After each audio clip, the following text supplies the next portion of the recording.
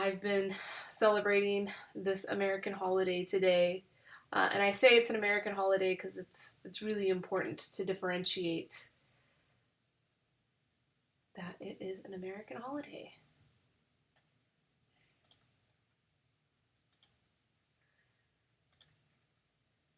How's everybody doing today? Having a wonderful Tuesday, making it through the week. All right, looks like we're live. Happy Cinco de Mayo, everybody! Happy Tuesday! It's Boys' Day in Japan. Cool. Awesome. Good to know. Well, we'll have to celebrate all the boys. I don't remember Boys' Day when I was there, but actually I had already left Japan by May 4th.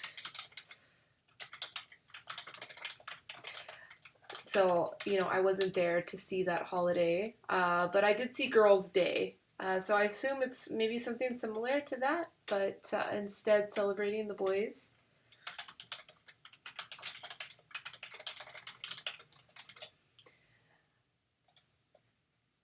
So, yeah, I made some Mexican food today, which, I had said that this is an American holiday, but it's an American holiday that is about the Mexican identity, and which is really fascinating and makes me think about some kind of overlap issues involved in tea culture. And so that's what I'll be talking about today is the importance of understanding the cultural history of something, in order to respectfully celebrate it or practice really it, whatever it is that you want to do. Makes me think. So, yeah, happy Cinco de Mayo. Boys' Day in Japan, it never gets cut. Yeah, it's better from Facebook, Priscilla, than on the Instagram. I really only have the Instagram going so that if people catch me on Instagram, they'll know that I'm alive and can go see it from Facebook or YouTube or Twitch or wherever. So Terry's informed me that they call it Children's Day too. Iris leaves look like swords to arrangements are made of iris on 5/5. So in Japan, this is also, a celebration of sorts. I'm not familiar with that. I'll have to do my research.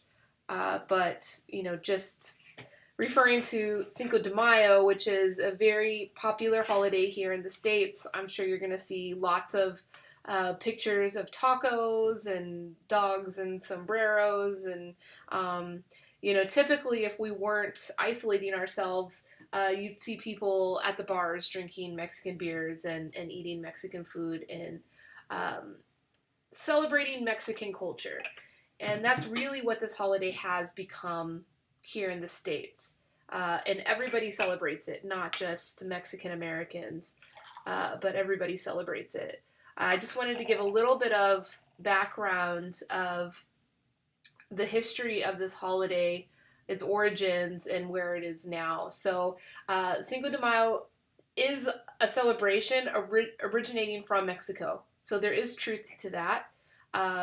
It's not celebrated as much as it's celebrated here in the States. And so that's that evolution. So the holiday itself, the origins of the holiday, it commemorates when the Mexican army had a victory over the French Empire in the Battle of Puebla in May 5th, 1862.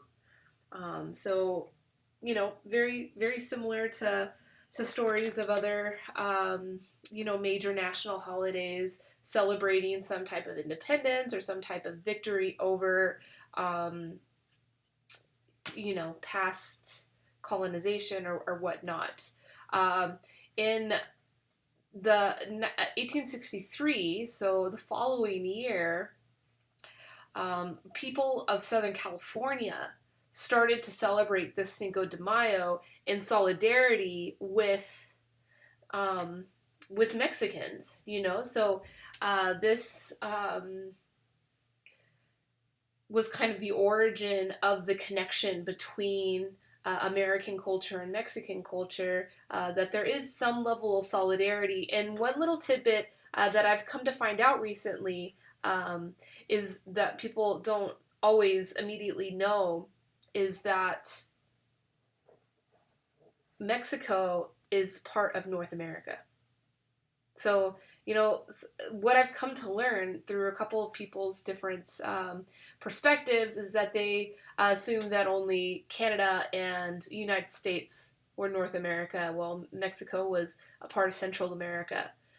This was something that I had learned, even when I was a kid, that Mexico is a part of North America, and it always felt that way.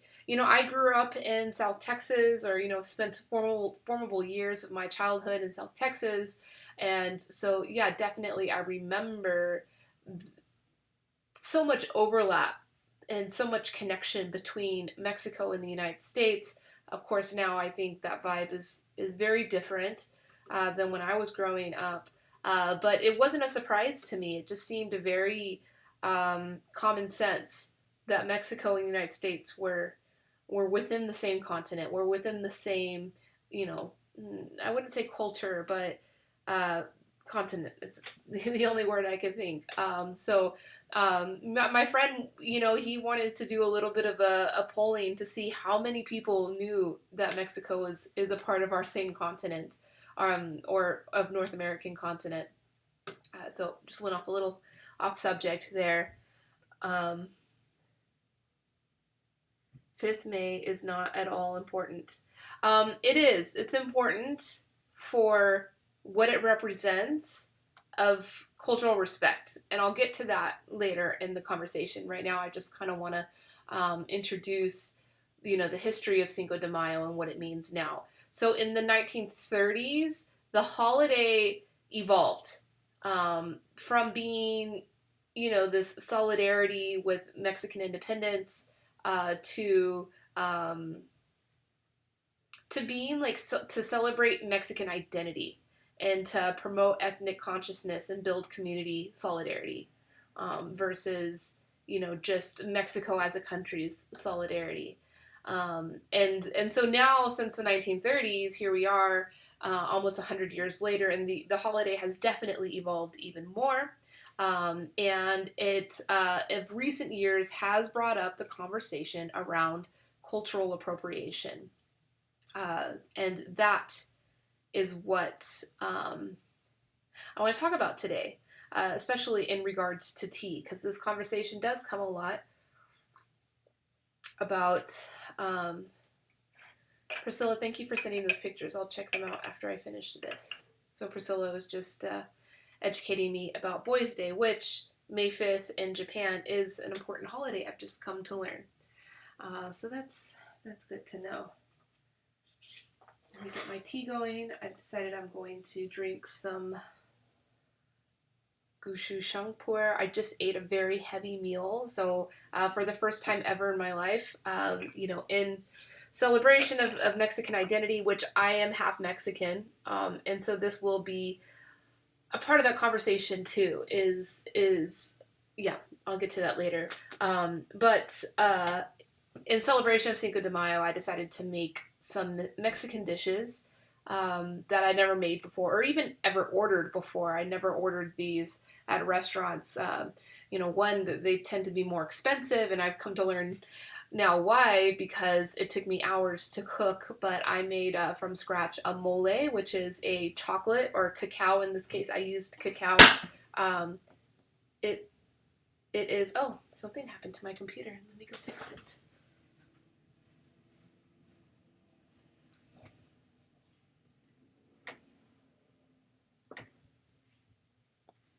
That's strange.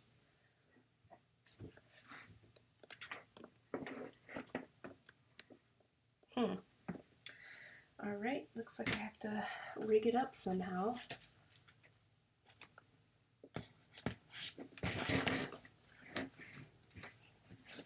Very strange, you guys. Let's see. That should be good, yeah.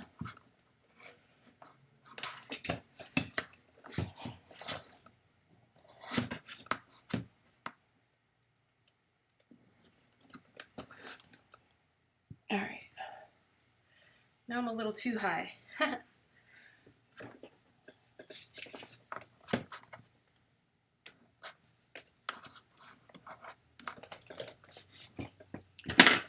Yeah, the prop for my screen fell down.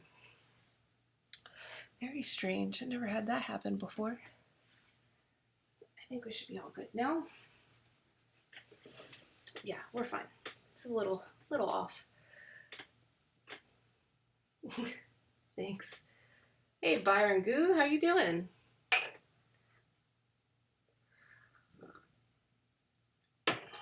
So, yeah, it looks like this camera's a little off. Let's see if I can get it up. Here we go. Now I'm okay. Yeah, so I was talking about making mole. Yeah, I started cooking it at like 8 o'clock last night, and it wasn't ready for eating until about, how's it, Shaka? I didn't get to enjoy it until about 1 o'clock. You too, Byron. Thank you for the well wishes. You stay well as well. And I prepared the mole in a molcajete, which is the stone pestle and mortar that's usually used for, you know, grinding spices and whatnot. So yeah, it was a lot of effort, but it was an amazing heavy meal. And so now I would like to drink some raw shangpo to help digest and help things flow. Yeah, all better. Yeah, something happened, like the little clip that you know, lets you adjust where the screen goes. It like snapped or something, so I had to rig something up to keep it up.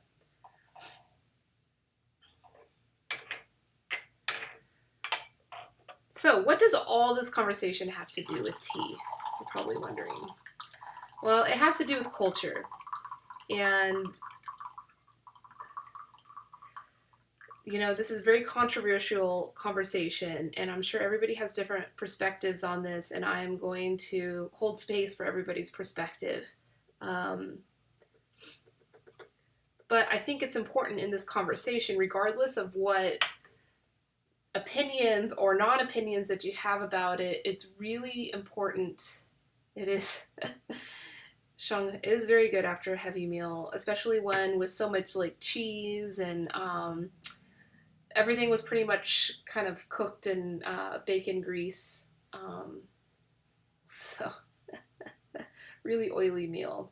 I think it'll be my only meal of the day, but it was so delicious. Like really, mole is made not only from chocolate, but it's also made with a lot of roasted or, you know, charred chilies. So it's really spicy. And then also you will roast a lot of other spices such as cumin and anise and cinnamon, and grind those all up. So it's got like a really deep spice to it, but also a sweetness too. And I'd served it with plantains, so it was very nice contrast, all these different flavors together. I do recommend, you know, if you guys have lots of time and looking for interesting things to cook, people say that mole is impossible. When I went to the Mexican market to buy ingredients, and that was like my only time I've gone to the market during this entire stay-at-home order, I didn't know, like the market has like this huge selection of chilies, of dried chilies, different colors, different flavors, and I'm not very well versed in chilies. So I asked the guy working in the produce section for some help. And when I told him I wanted to make mole, he says, "Oh, no, here the jar." Like he took me to the aisle that had all the jarred sauces and such. And I was like, "No, no, no, no. I want to make it from scratch. I want to make it myself." And he says, "Oh, no, you don't want to do that. Too many ingredients. You don't want to do that." I said, "Well, I definitely don't want to buy this jar. That would be last resort for me. I'd rather, make something else that is a bit easier or have the ingredients for than preparing something from a jar." And he says, "Okay, if you insist." And, he's trying to take me around the whole store to buy everything that I need. And I said, "I think I have everything, actually." And he was like, "Well, what about the chocolate? You need the special chocolate." I said, "Well, I have raw cacao. I think that like I can't, like I can't go wrong with that. Which I don't think raw cacao, like the form that we have, like ceremonial grade cacao, is typically used in mole, but it came out great. So um, it's doable. And also putting the mole into the molcajete, which is the stone pestle mortar. Usually there's like I researched online. I've never ordered it in a restaurant because it's usually like $50. It's really expensive dish because it's like stacked with all these ingredients and shrimp and all these things. Um, I didn't see one um, with like a mole base sauce or salsa inside of it. It's all like uh, tomatillo, which mole does have tomatillo in it, but not like specifically mole. But it tasted great in it too. So two things that are not culturally traditional worked out fine, and so that segues into what I want to talk about in regards to tea in culture, and that there's this, and I'm only going to say this word once because I don't like saying this word. And from here on out, I'm going to change it.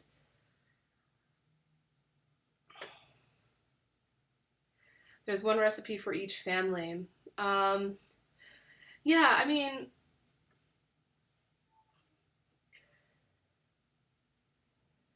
yeah, mole is the chilies, roasted chilies, pepitas, which is a very important ingredient in it. That's the pumpkin seeds. You roast those as well, and several other types of seeds. And from what I saw on the internet, there's several different recipes and ways to put it together. So I just put it together with whatever ingredients I had, and it came out really nice. You put all those things into a blender with some chicken stock. So it's important to have some bone-in chicken to start making. Chicken is the traditional meat that you would put into mole, and so you just kind of basically cook the chicken, like boil the chicken really lightly, and then separate the meat from the bone, and then with that bone you can make stock, and then that stock is what you put in with the roasted chilies and the roasted seeds and the spices, and you blend that all together until it's like a sauce. And then you add the chicken meat with that and slow cook. It's good to slow cook the chicken because then the sauce really gets into the chicken. The cacao goes in the blender. When you blend everything up, that's when you put the cacao in as well. And so it ends up being sweet and like deep spice, um, and then from the cacao you get kind of that like oddly satisfying like bitterness in the back of your throat. Bitcoin, quiet boy. Bitcoin's a little upset because he wasn't able to eat any of the mole because it's got cacao in it, and it's not safe to give cacao to the dog. He'll get very sick. Um, so yeah, it's not impossible, but a lot of people do say things are impossible. In relating to tea, the one word I was going to say that I'm not going to say again, just get it out of the way now, is the word cultural appropriation. And my new family recipe. The thing is, if I make it again, I won't make it the same way. So, I don't. I'm not a big fan of recipes. I never really cook with recipes. I just cook with what I have, and use my knowledge of food and understanding of food to know how it'll best taste and come together. But yeah, you're right. I have my new, I wouldn't call it recipe. I have my new cultural confidence or confidence to produce something like that. Um, so this word that I will not repeat again because it's negative. It's a negative word. It is demonizing word, which, when we talk about change, when we talk about progress, I think it's really important that we never demonize things, because once you demonize things, you're creating this whole new negative path that you're potentially going to go down, and a potentially going to convert this wrong path, or not wrong, but negative path, I should say negative path, to this negative path. And so I'm a big proponent of having a focus on a positive path. So the new word that I use, and I'll be using this word throughout this presentation today, is cultural bestowment. right? So to be bestowed something is to be given something, and consensually given something. And that's the big difference here. The other word that I had used um, indicates theft, that you took something that's not rightfully yours, that you took something that someone didn't consent for you to take. And that's a pretty serious claim to be made. And that claim is being made all the time. Everybody's talking about this sensitivity with our modern times, that everybody is too sensitive and overly sensitive.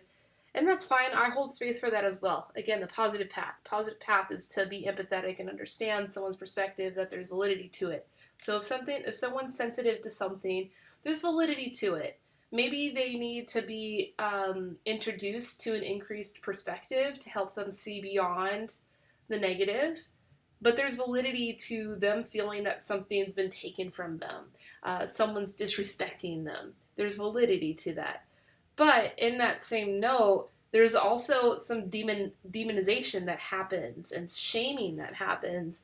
And shaming doesn't always work in creating progress and helping someone realize when they're making a mistake and potentially disrespecting or harming someone else. So when it comes to culture, and people use this word in culture, and Cinco de Mayo is probably the most hotly contested cultural theft that people criticize. At least in American culture, people say, "Oh, well, this is just your excuse to go drink margaritas and get drunk and eat tacos." Maybe. Of course, if someone is celebrating Cinco de Mayo with understanding the significance of that holiday, and like I said, this holiday now has evolved to meaning a celebration of the identity of Mexican culture in the United States, which is powerful and legitimate. Even if you're not Mexican, you can still celebrate it. And even if you are Mexican, having a lineage of being Mexican like I do, my mom is 100% Mexican. Her family, both sides of her, both her mom and dad are from Mexico. Um, my dad's side is definitely not, but I do have that identity, and it's completely valid for me to either feel like my culture is disrespected or to feel like I don't identify with that culture. Because to be honest, I don't have a strong connection with that side of my culture. That's my story, and that's okay too. It doesn't mean that only people that own that culture and grew up in that culture, and by own I mean it just having a strong identity and connection to that culture, doesn't mean that they own the whole culture. It just means like that is their culture is parallel to that. Even in owning that culture, it doesn't mean that you don't have to feel offended or not offended. Like there's legitimacy to this.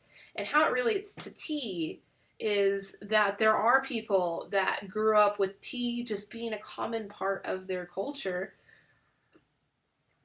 and then there's others that have put in the work to make it part of their culture. And this is more, yeah, Priscilla. So you celebrate all these different holidays, and because you're doing it out of love and respect and understanding of the origin of those holidays, it's almost as if you've taken ownership of those cultures. And the only way you can take ownership of those things is if they're bestowed upon you.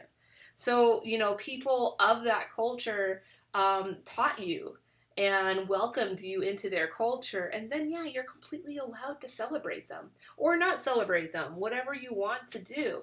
Now, if you celebrate those things, and especially if you start profiting, generating some type of value, usually it's monetary, usually it's like business related. If you start profiting off of those other cultures that haven't been bestowed on you, that's serious, and that can be severely offensive to people. And we see that all the time with what was the major case that people really went crazy for was a company in Chicago that took out a trademark. So like not only were they profiting off of it, they were like trying to protect themselves and protect, like legally protect their ownership of that culture. They started a poke shop. So poke is a really popular raw fish dish from Hawaii. It's kind of like sashimi, but not. It's a very Hawaiian thing, and it's very popular in Hawaii. It's very popular in Hawaii, but then has become popular everywhere else, and that's perfectly fine. You know, like it's a healthy dish. If you can get access to the ingredients, like yeah, if you've learned how to make it, you should share it. And the proper way to do would be to share it also with the education of the culture of where it came from, instead of trying to have ownership. And so this company in Chicago called themselves Aloha Poke, or the Aloha Company. I forget something with Aloha, and they trademarked the word Aloha, which is like the most common word in Hawaiian language. It means hello, goodbye, I love you. The deepest form of love and spirituality in the world. Like it's a very important word that means like tons of different things. And this company has a trademark on it, and actually used that trademark to protect against other companies that were trying to call themselves Aloha. I don't know if it was like just poke companies, but it was like, yeah, Aloha. Anything with Aloha, they were actually like trying to have lawsuits to protect their ownership of that word, which is a very cultural thing. And there was this huge backlash because people are like, you don't own Aloha. Like even Hawaiians don't own Aloha. Like a true Hawaiian, like the core of that word means non-ownership. Um, a little side tangent about Aloha. A definition that was described to me is that aloha. Those are three different words, or three different ideas put together into one word, means the exchange of breath. So ha is your breath. So like when you say aloha, if you like say it with your real heart, the ha should be, your breath coming from your soul, coming out.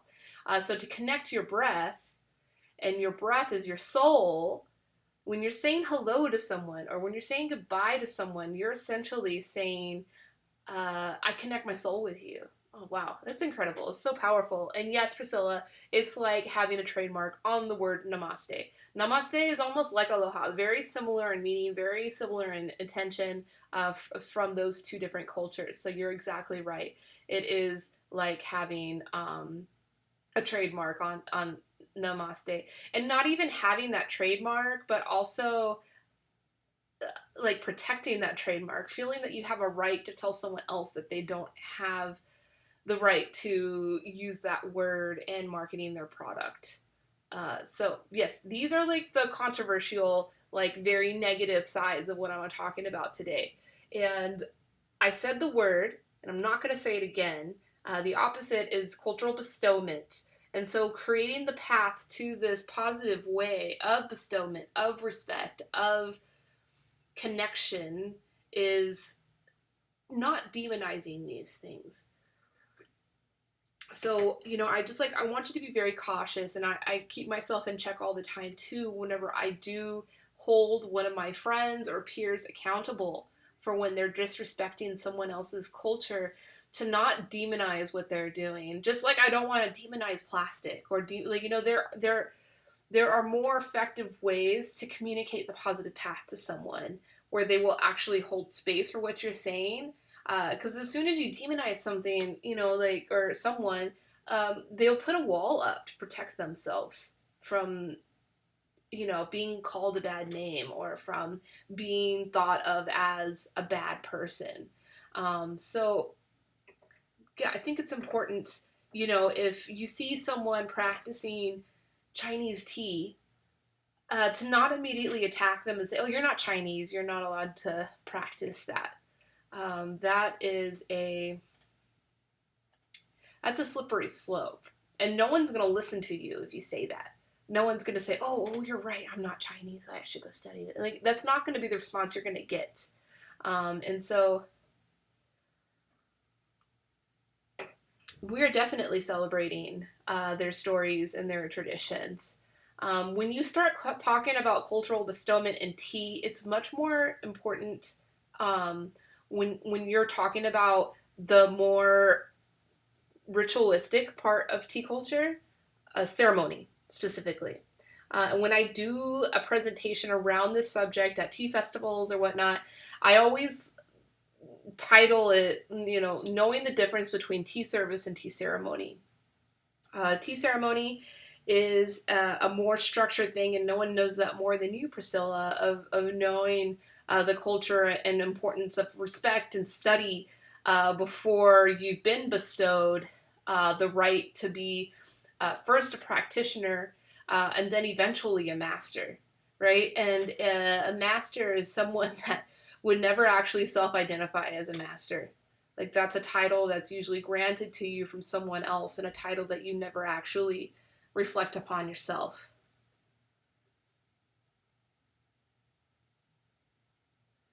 Hi, Oliver. Good to see you. I'm just catching up on your comments.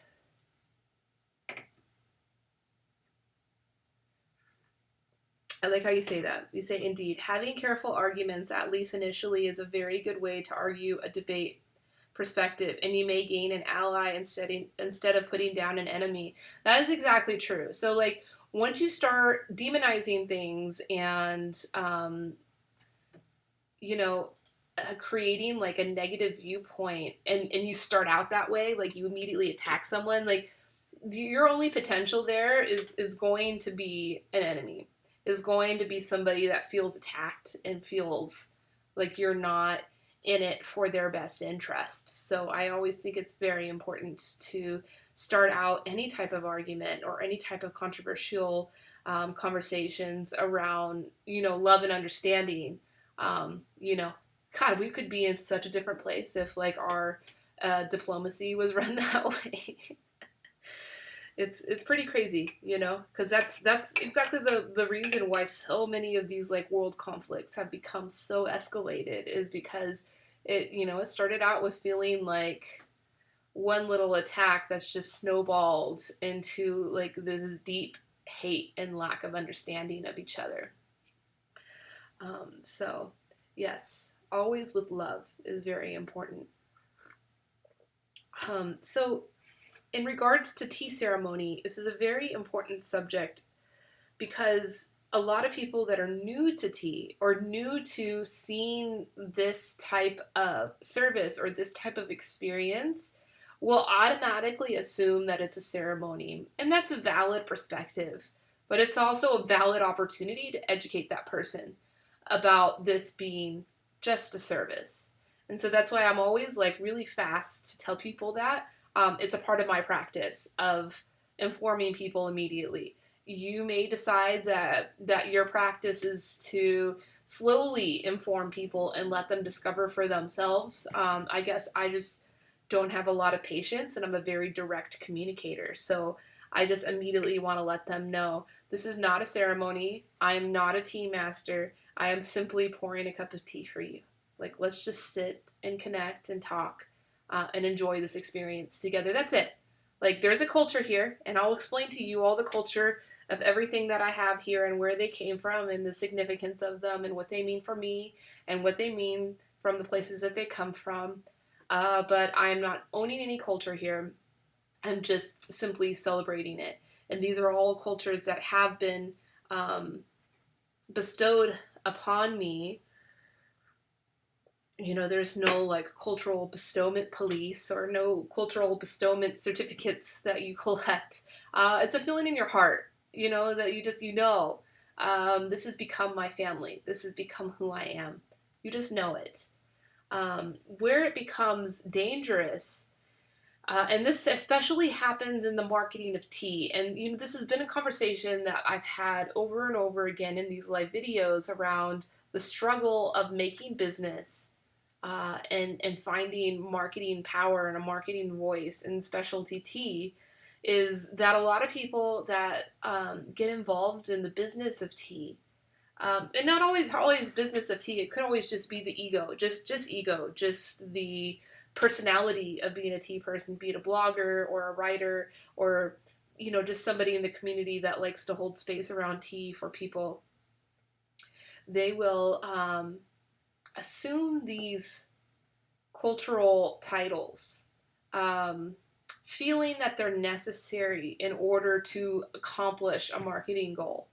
So, someone calling themselves a tea master, calling themselves, or calling what they're doing a tea ceremony, even though they've never actually even gone to a Japanese or Korean or Taiwanese or Chinese tea ceremony, but just feeling like, oh yeah, this looks like a ceremony. It feels like a ceremony. So this is my ceremony.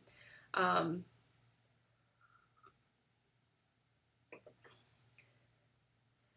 and you say the most chaotic regions of the world are the least diplomatic. You're right about that. I wouldn't agree with you though that American diplomacy is. I mean, it is. You're right. You're right. It is, and a lot of it. Well, we were talking yesterday about transparency in the culture of just being upfront. That is to the benefit in America's diplomacy.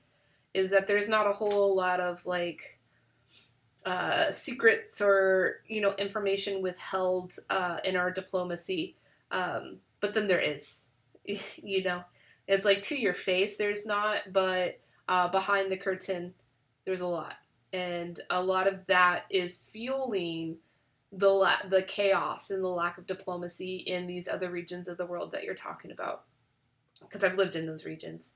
So yeah, I'm very passionate about that, and hope that this conversation I'm having today, now I probably have maybe like 12 or 15 of you guys coming in and out of this conversation. Like, my goal is that this is a seed, of a conversation that will work its way up, like the beanstalk, work its way up, to those powers that be that do kind of control our diplomacy and the way that our worlds connect and our cultures connect. So, self-calling tea master. It is a very difficult topic. It is an extremely difficult topic. There's no harm done. I'm a tea master. Did I hurt anybody? No. But it's not truth.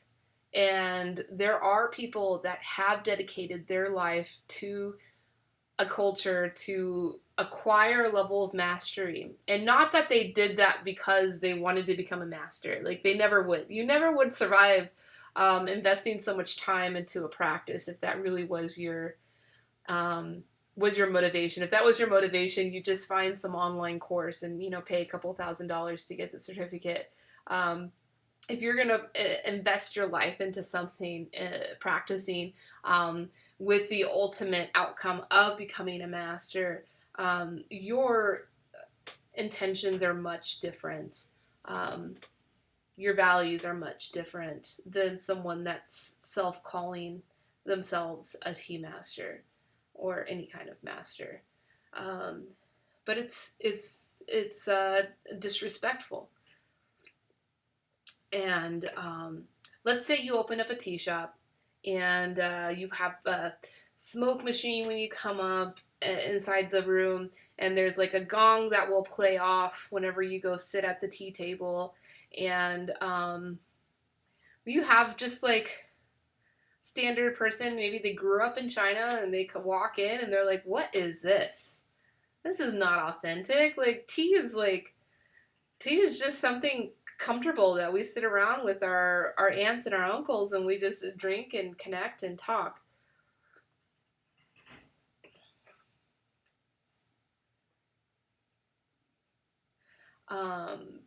So, I mean, in that case, it could be detrimental to your image with customers like that. And that customer could then go on and tell someone else about it. But people feel authenticity. And it will end up coming through. So it will end up being detrimental towards your brand if you are being inauthentic. And it's not to say that you can't have an authentic Chinese, Japanese, Korean, Indian cultural elements to your tea house. I highly encourage that. That's how my tea room is. Unfortunately, we're not in there, but If we were, I'd be able to pan the camera around and show you the collection of different arts and decor that's in there, and even the utensils used in brewing the tea are kind of from all over the place. And that's perfectly fine too. Um, so it doesn't mean that like in order for you to like respect a culture, you have to be like 100% committed to it and into it, and you have to like marry into that culture in order for it to be bestowed upon you. It's a lot simpler than that. And I think if we would demonize this whole concept of stealing someone's culture, it would open a lot more space for people to have these simple conversations and to develop this confidence. It's the same thing with sexism. I have such an issue with how the Me Too movement and how the feminist movement is handling these conversations, because it's like it's an all or nothing type of thing. It's been polarized, just like everything else. And you know what? We are all responsible, even myself. I am responsible for discrimination against different people, including people within my own identity and my own culture. We are all responsible, and there's simple conversations that we can have with each other to create those cultural understandings. Um, but if you demonize it and make people feel like, oh, the only people responsible are the ones that are like extremely violating, and there's no middle ground. There's always a middle ground, and we're all part of it. And that's the whole nature of the world. No one is outside of that, I don't think. But yes, you're right, Oliver. Tea. Here to talk about tea. This tea is really good. It's really helping me. I don't know if you've seen a change in like my flow of speech, but it's definitely helping my mind flow, helping my stomach settle. I'm not feeling so like sluggish. I was feeling very sluggish after that big meal I had. So Priscilla says, I think my Japanese sensei, tea master. So there we go. There's a proper tea master. A life invested, generations implicated, a lifestyle, and even him doesn't call himself a tea master. Exactly. So that's exactly what it is. So like even this title of master doesn't even have value to it if the people that actually possess that title don't attach value to it. They're attaching value to their life invested into the generations that have been invested into his lifestyle. That's where the value is, not in the title of tea master. Yeah, so I need to watch Sohan's new video. I've had this conversation with Sohan many times before, so this is not a new thing with him. This tends to be a conversation had, and I'm sure he has that conversation a lot in his tea house. Not just related to tea, but all types of things. This conversation of cultural theft is really popular among the, call it spiritual community, lack of a better word.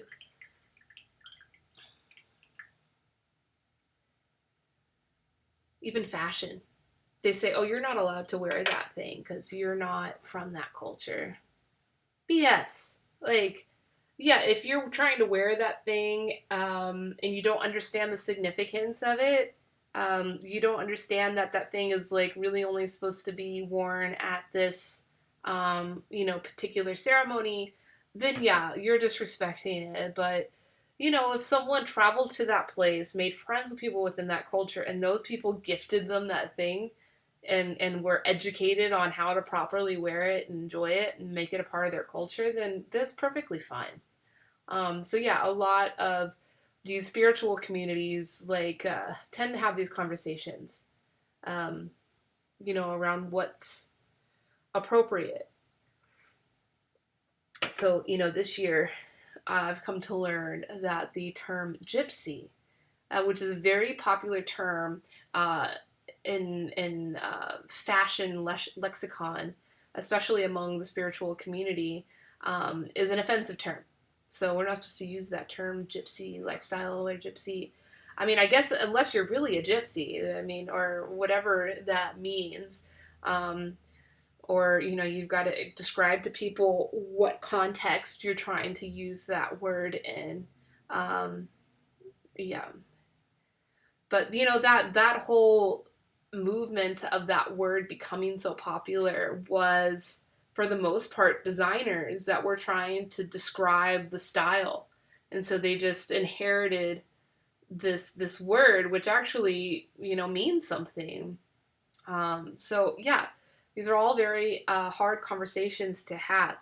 And at the same time, I think it's important again not to demonize them, because some people are doing it like purely out of ignorance, and there's nothing wrong with ignorance. Ignorance is just you haven't been exposed to that perspective yet in your life. And once you've been exposed, then you'll be fine and you can move on. And then after that point, then you can choose to be stupid. And once you do that, that's your choice, and that's what you need to work on. So in those two things, if you want to increase your wokeness of sorts, first, work really hard to increase your perspective to reduce your ignorance, and then stop the stupidity after that. Like those are the two things that you have control of, in those two areas. And we are all like capable of both things, but we're also very capable of controlling both of those things and increasing our consciousness and understanding of the world. So Oliver says he prefers an authentic joy of tea more than anything else. The bored Chinese sons of tea store owners in Seattle don't ooze enthusiasm for the job or tea, even though they know a lot. That's an interesting perspective. I mean, and I think that could also be culturally appropriate too. Like the bored tea house sons, like even though we all love the experience of tea, like for a kid that grew up in a tea shop, like we should totally be sympathetic and understanding of them being bored. Like it's not this exciting novelty like it can be for us. I think maybe the novelty has worn off on people like me, or some of you that have been drinking tea for years and years. But for someone that's never experienced Gung Fu, or somebody that's never experienced a tea ceremony, like the novelty level is super high. The excitement to experience that is incredible. But the kid that grew up in that tea shop, probably not feeling the same way. And you just got to hold space for that and understanding of that, and that's their culture. Now, of course, if you want to like tell them, hey, like I'm I don't know. I think saying the word I'm envious is not the right way, but that would be an effective way of doing it. But just saying like I would be grateful if I was you, I don't think that's offensive. To point that out to somebody else. Sometimes people need that. People need to be reminded that their privilege or their culture or who they are is something special that is meant to be cherished and awesome, so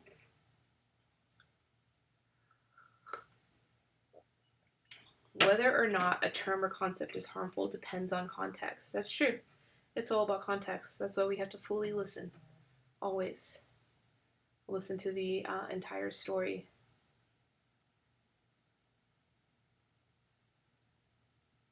Yeah. Seattle definitely does have a nice tea culture. Very knowledgeable,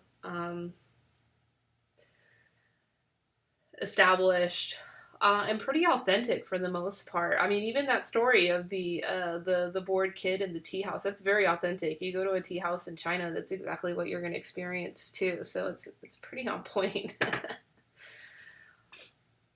There are other places that are not. There's this one guy.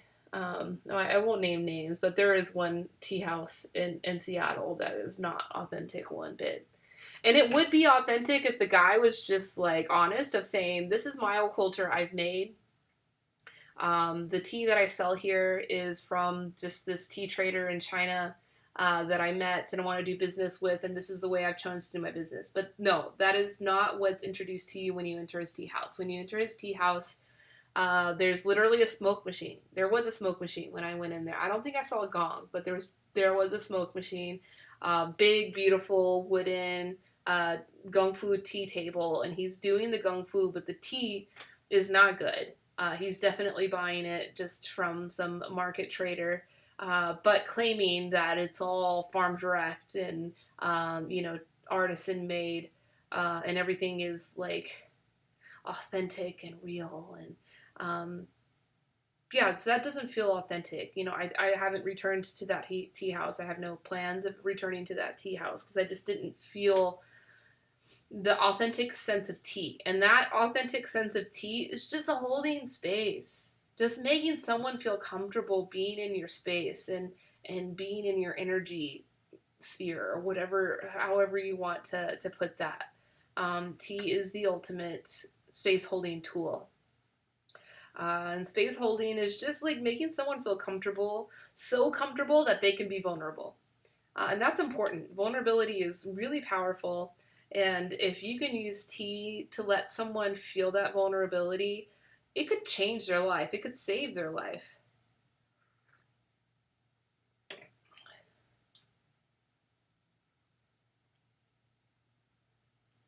Yeah. Yeah, I wasn't talking about that shop, Oliver, but that shop I would never go to. Uh-uh. There's other ones. I'll send you a list of all the shops in Seattle if you ever go back. You should go to. That one's like I've sent people there. Actually, I have never sent people there, but like people that are looking to open a restaurant or that I'm working with in that sense, and they go do market research and they'll go to the big cities. Like that's always a shop that people go to because it's a major shop. They're all over. They're in Seattle. They're in San Francisco.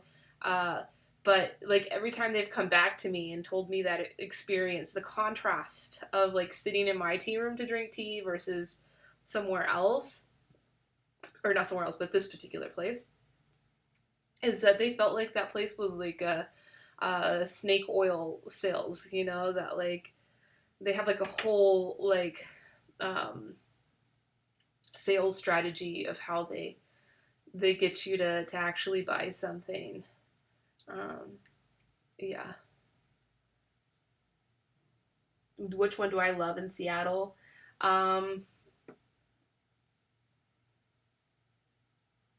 I really like Floating Leaves. I mean, that's just good. Uh, Phoenix and Burien is also very good. Cinnabar is like super authentic. She has good tea. She's got tea from all over the place, and it's just like very forward. Of like, yeah, you can get tea from anywhere else, but this is the tea that I'm curating for you, and that I feel confident in what I want to share with you. And they're all friends with each other. And so this is something really interesting about the Seattle tea scene that doesn't exist anywhere else in my tea travels around the US and going to tea shops and, working with our clients. So Seattle has like the longest running, I shouldn't say the longest running because there's others that are longer running, but it's the biggest tea festival, the Northwest Tea Festival that happens, which is just incredible to see how many tea business and vendors that come together and are all like friendly with each other. I go to other cities. Portland's a good city, so yeah, this might be applicable for you. Portland also has, a very established tea business network, a lot of long-standing tea businesses. And whenever I first started trying to do sales there, I had no luck because people would say, well, I don't want to carry your tea because someone else will carry your tea. I get that a lot in other communities. I never got that one time in Seattle. I have 7 accounts in Seattle. And like they're like some of them are selling the exact same tea. And I'm very transparent with them of letting them know, here are the other vendors in your area that are also selling this tea. I don't think it's going to affect your business to have this tea. And you can even sell it at a different price. You can even sell it in a different way. And there's just like so much understanding and confidence of each vendor in that community that knows their own place and knows their own value or offering within the community as a whole, that they can confidently sell the same tea even at a different price than someone down the road. They just know, like, people come to me for this, and they come to me looking for this kind of curation. In other places, there's so much like feeling of competition and feeling of like, oh, well, I can't sell this because that guy's selling it. And it's like, ultimately everybody's selling the same stuff. What differentiates you is like your personality and the trust that people put into you as a curator of the experience you're providing to them. Even if you're selling something for 5 times more expensive than the person down the street, if the customer buys it, then yeah, that's the price. That's like ultimately, it's like basic economics right there. Is like whatever the buyer is willing, like if they make the purchase, if they say, okay, yeah, I'll buy it for that much and give you the money for it, then that's the price. If you want to discount it and you realize that this other person has a different perspective and is going to want to buy a different price, then that's the price too.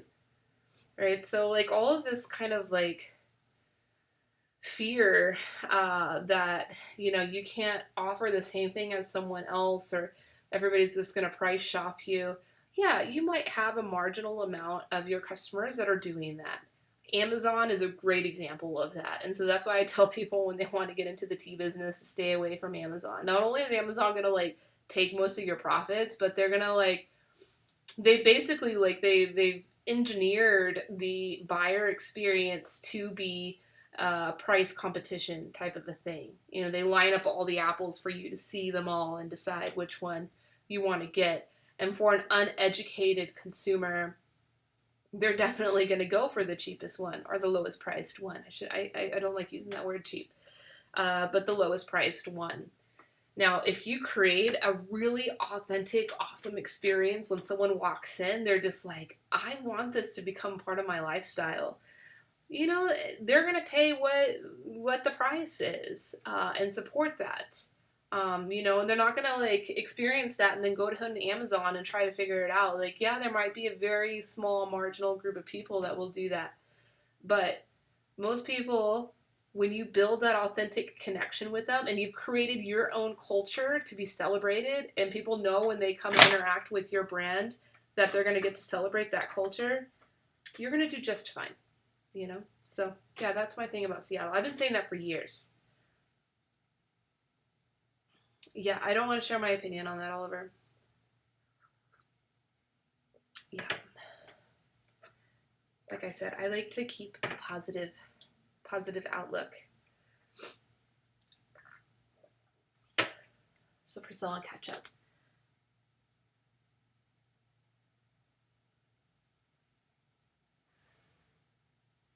Like love and respect. See, that's what it's all about. That's what it's all about. So yes, today is Cinco de Mayo. If you want to go make yourself a margarita and eat some tacos, go ahead and do it. Like, you have the right to do it. You have the right to celebrate that culture. And that's what the holiday is. It's celebrating the Mexican identity in the United States. So do it. Maybe do some extra research on Mexican history if you really want to celebrate it right. That'll be the best.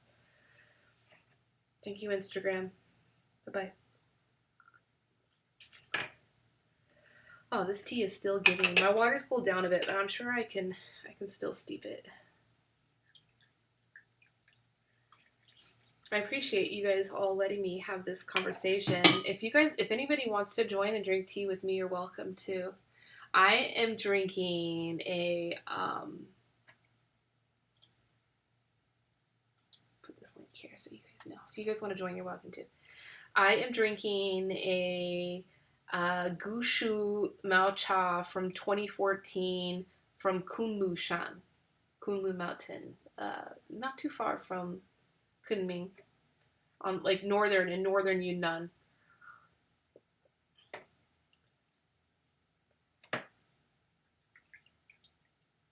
It's nice. So this was actually the first tea sourcing adventure that I had in Yunnan. And at this point, it was before I had met Sohan. So Sohan, who's someone we do the tea talks on Thursday with, and he's a good friend of ours from West China Tea Company in Austin, Texas.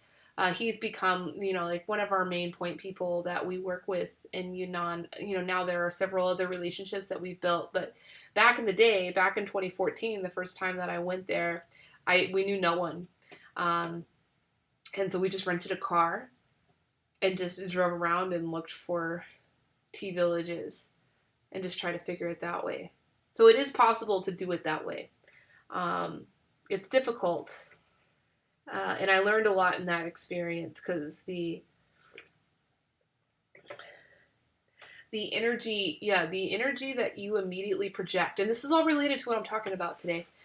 When you go into these communities, which ultimately these tea growing communities like have the power right now, not just of like American tea buyers that come not knowing anything, but even Chinese tea buyers. So like the wealthy people from Beijing and Shanghai, like new millionaires, investing in tea is like a new hot thing to do. So they'll come with their vans full of cash, just like ready to buy some tea.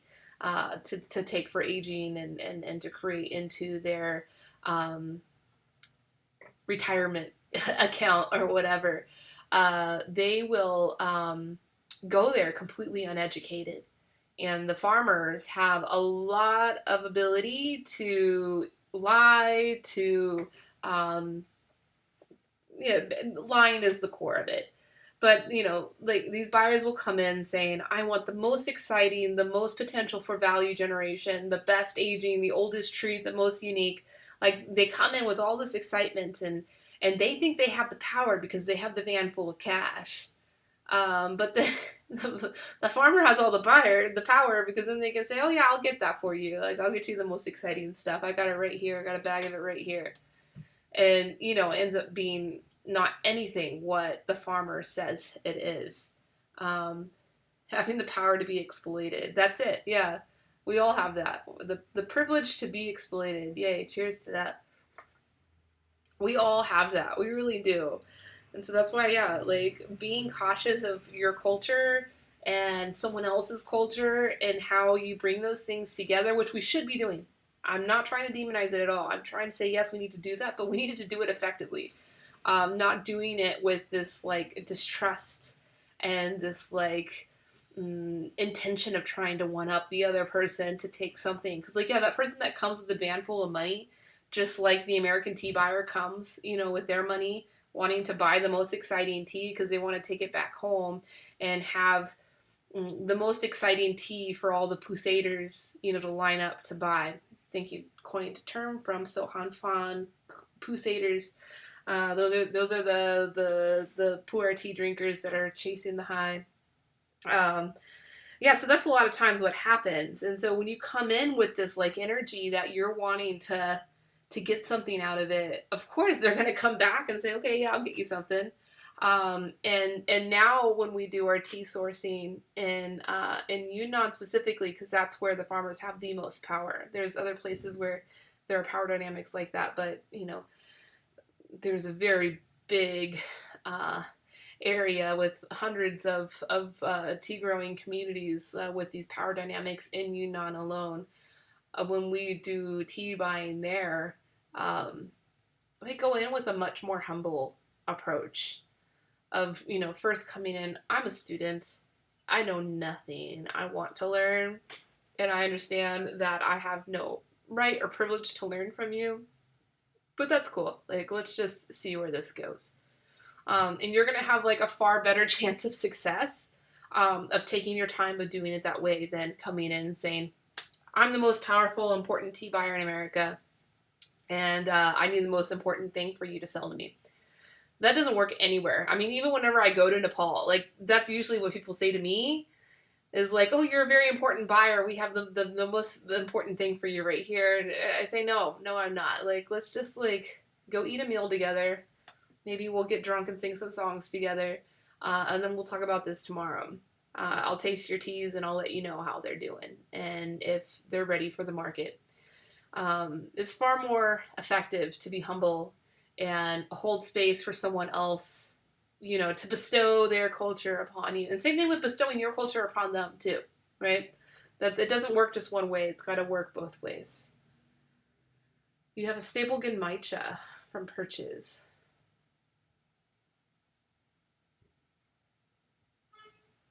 Oh, sorry about that. Haggling, Osaka style haggling. I want to know about that. That sounds like fun. Anything in Osaka is fun. I really loved living close to that city.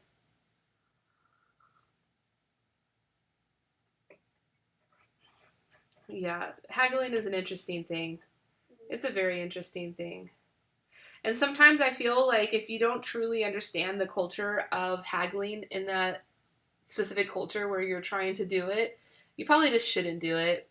And if you are going to do it and so like there are some places where like haggling is built into the business model, it's built into the pricing model.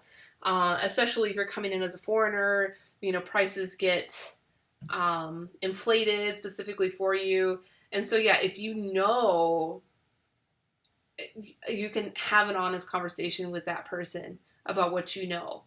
um, but if you just assume that they're trying to rip you off and you're going to create a fight about it, like, yeah, that can explode in your face. There was that incredible video from Nepal that came out maybe like 2 or 3 years ago. I love that video.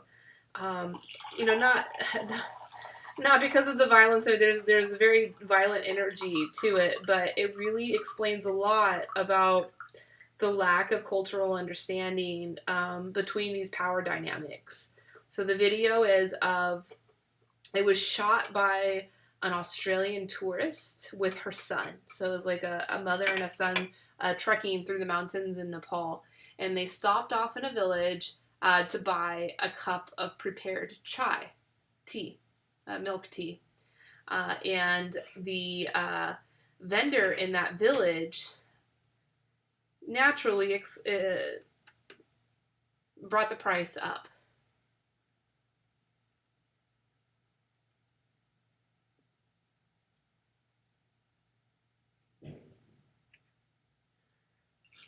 So this is the Osaka. I'll read that later. I'm going to finish this story. Um, I think the inflated price was the difference of like 25 cents and 50 cents, or maybe 50 cents and $1. So like the typical price, which this tourist knew, and it's pretty, like you can ask around and find out what the real price of a cup of chai is. Um, but then the price got inflated, and instead of like trying to have a conversation, which could have been possible, she could have succeeded in just having like a real heart to heart conversation with that vendor and just saying, hey, like, I know you're gonna charge everybody else this, but come on, it was a difference of like 50 cents, like, and you're coming in from another place, and if you were in Australia, someone would have been charging you $5 to $10 for that versus a difference of 50 cents. But anyway, the tourists ended up getting angry with the vendor and yelling at her that the price was not correct and that she only wanted to pay the 50 cents. So she paid the lower amount and tried to leave. And the vendor ended up chasing her up the mountain with like a wooden kukri. Like that's like the symbolic weapon. It's more than a symbol. It's like it's a deadly weapon that every Nepalese family has in their household for their protection. But it was a wooden one. It wasn't a real one. Usually it's like a big, heavy, thick blade. But it was just a wooden one, and she's chasing her up the mountain, yelling at her. And the video is of the woman with her phone filming it, of course, wanting to document this hostility from the locals.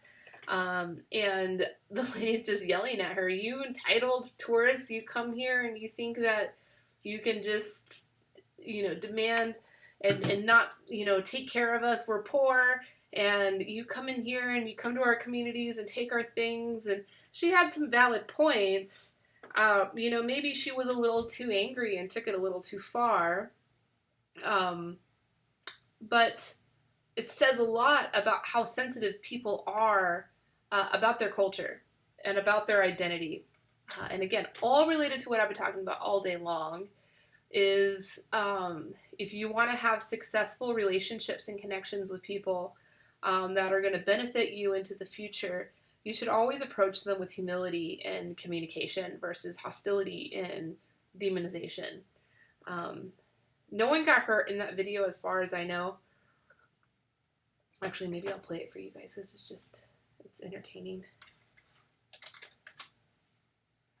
And it says a lot about Nepalese culture. So, like, all of my friends in Nepal, they're friendly, they're happy.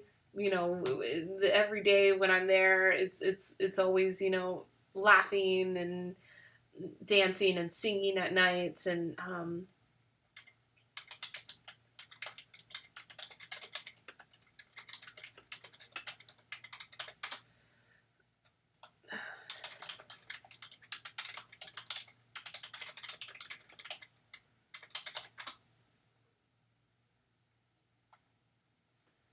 it came out 2 years ago. Yeah, let me just get this shorter video. There's videos that are like 10 minutes. I think the original video is like 10 minutes long. It's pretty insane. Here we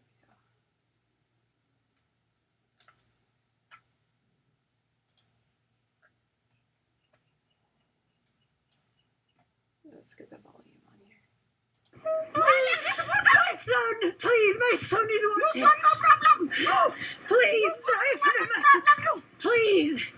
I've said I'm sorry. You never coming, you barking, everybody. I'm sorry. I'm sorry. Listen. I'm sorry, please. Please. Please stop. I know. Listen, please. I'm sorry. Please, I'm sorry. Please, no, it's not. It's okay. I'm sorry. Please stop. You're scaring my son. You're scaring my son. Please. Please stop. You're scaring my son. Please. Please. My son, he's only 15. Please. You scare him. You scare him. You scare him, please. See, so that's enough. Yeah. I'll turn that one off. So that's it. That sums up that story. Pretty incredible video. And that's just somebody standing up for themselves, standing up for their culture and feeling that their culture and their space has been disrespected. And just got off the hinges. I don't agree that her reaction was the appropriate reaction. Obviously, she scared the life out of that woman, feeling threatened by her. But there's always that effect. If you're not respectful of someone else's position and in place, things like that can happen. So, in the tea business, that's definitely something that we have to be mindful of. I think that that's something with our ethos of transparency and communication and community really helps us a lot in this regard. We've never. Yeah, sorry to both of them.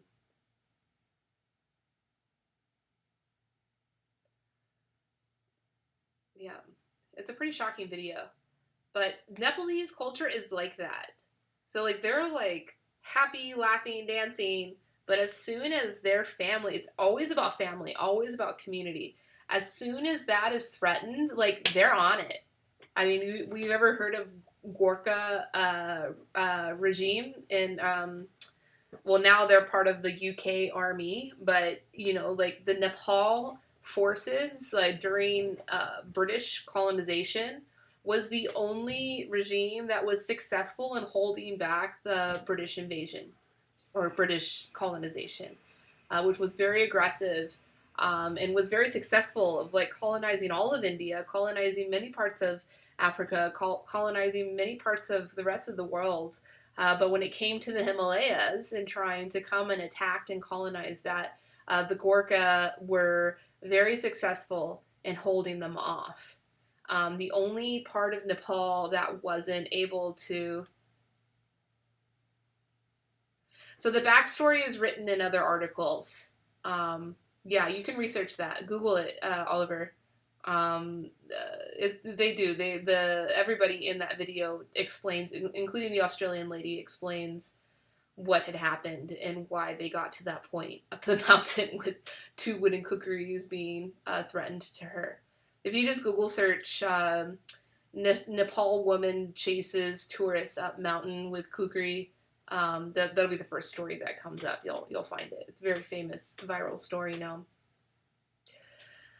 But yeah, the Gorkha Regiment was the only one that was able to hold back the British forces, and the British have actually enlisted them to, be a part of their most elite section of the military. During the time of colonization, the only place that the British were able to penetrate was Darjeeling. So Darjeeling is Nepal. I mean, even the places that we go for Nepalese tea is like just like a couple of walk, rounds around a mountain, to get to Nepal from Darjeeling. The language is similar. The identity of Gorkha. So remember the protests, the strike from 2017 in Darjeeling. That was, in demand of creating a separate state for Darjeeling called Gorkha land. Darjeeling definitely identifies with Gorkha. But at the time of colonization, of when the British were able to colonize that, the area of Darjeeling was sparsely populated. It wasn't like a major town, a major part of Nepal. It was just kind of there were some kind of nomadic tribes around the area. So a lot of the Gorkha that are in Darjeeling now were brought in or immigrated in during the time of tea expansion, when the British decided to turn Darjeeling into a tea growing area. So, yeah, just a little backstory on that if you've ever wondered why there's so much of a commonality between Nepal and Darjeeling.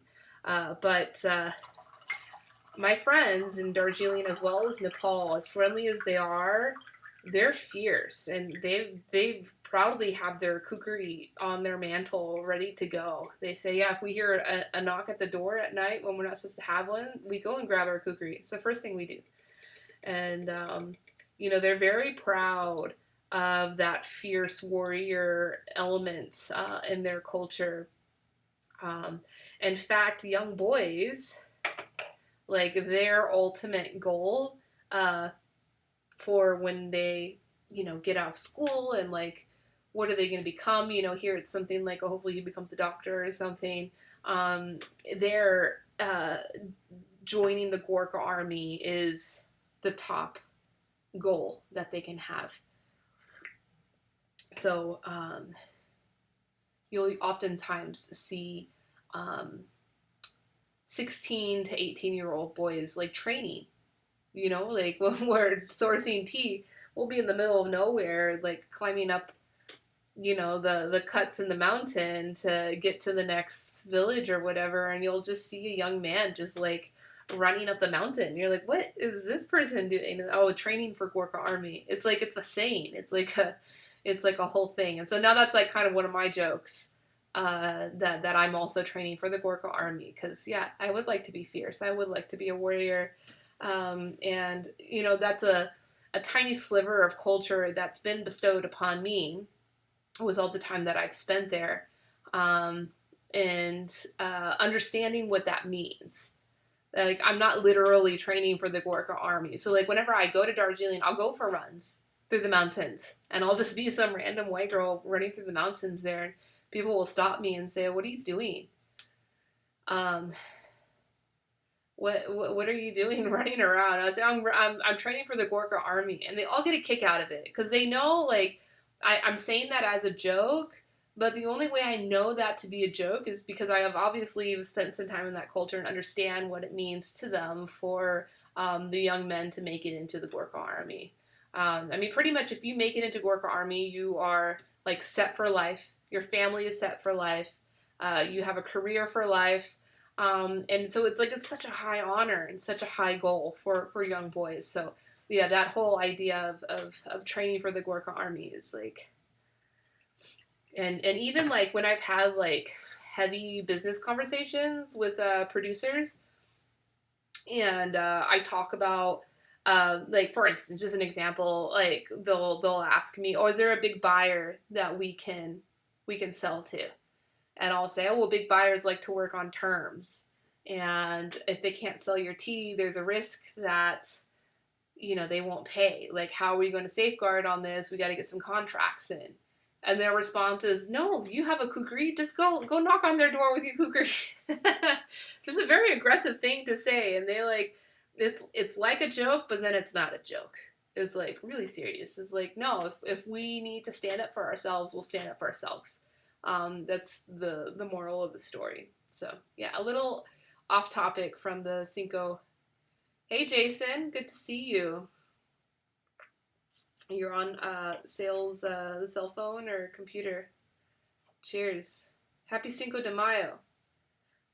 Enjoy yourself a margarita. You're entitled to it. It's our culture. All right. Well, no one's joined the tea room, so I think I'm gonna tune out for now. It's been about an hour and a half now. I appreciate all of you. Thank you so much for holding space for this conversation. I know I talked about a lot of controversial things, may make you feel uncomfortable, but ultimately I want to make sure that everybody feels comfortable, everybody feels respected, and everybody feels empowered to expand their perspectives, expand their cultures, and, build this loving, united world. So with that, much love to you guys. Happy Cinco de Mayo. Happy Boys Day. See you later.